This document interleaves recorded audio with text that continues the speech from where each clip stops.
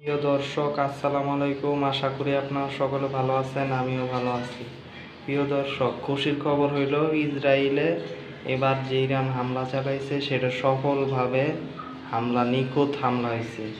ইহুদিদের অনেক লাশ পুইরা গেছে অলরেডি।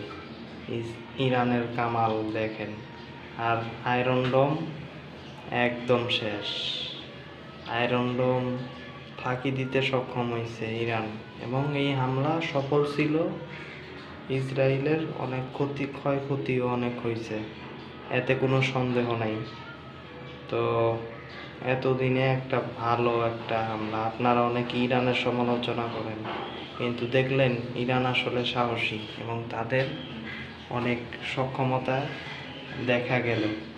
আর মুসলমান বিশ্ব অন্যরা তাকায় আছে, অন্যদের যোগ্যতা নাই সেটা তারা বলে না, অথচ ইরানের সমালোচনা করেন। সমালোচনা যাই করেন, কিন্তু তারা ইসরায়েলে যে হামলা করলো এটা সাহসিকতা, এটা আর কারো হয় না।